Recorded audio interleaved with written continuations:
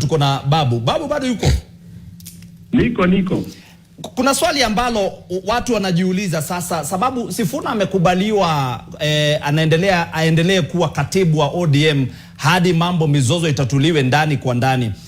Kesho atakuwa kwenye mkutano wa ODM ambao kina Aladwa wanasema watakuwa ama atakuwa Jakaranda.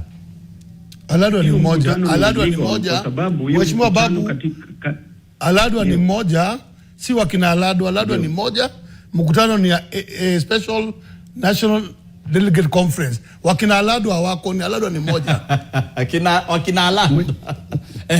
Mheshimiwa, wacha nikuambie hii mkutano niliitwa ni illegal kwa sababu mkutano katika katiba cha ODM inasema vizuri ya kwamba ni katibu ndiye anafaa kuita mkutano wa NDC.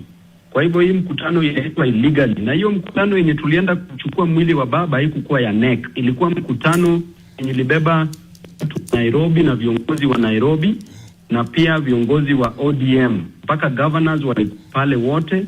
Kulikuwa na youth leaders si members wa NEC, kulikuwa na women league si members wa NEC. Shukrani sana. Haikuwa imecompose NEC, na hii yenye inaitwa kesho, hii yenye inaitwa haijakuwa procedurally called.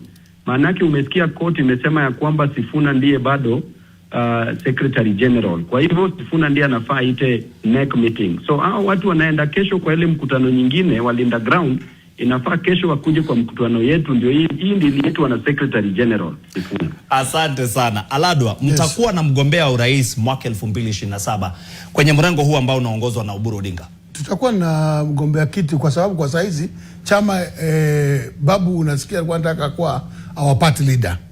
Na alikuwa ametangaza uchaguzi kitwa angependa kuwa party leader. Na unajua kwa hiyo heshima chama yetu inakubali. So kwa mazungumzo ambaye inaanza baada ya kesho, hakuna mahali party imesema atakuwa na presidential candidate. Mazungumzo ni mazungumzo. Mnasema mnaweza kuwa na presidential candidate. Ila Oburu anasema mnalenga DP sana. Naibu rais. Sasa huyo ni party leader amezungumza na siwezi kukeuka mambo yake. Kitu nimekuambia kesho tukishamteua, mazungumzo tayari kamati inatengenezwa ya kuanza mazungumzo. Na umesikia vizuri sana kuweza kuwa mazungumzo ya kusema tumetofautiana ama tumekosa kubaliana, sisi kama ODM twende wenyewe. Shukrani.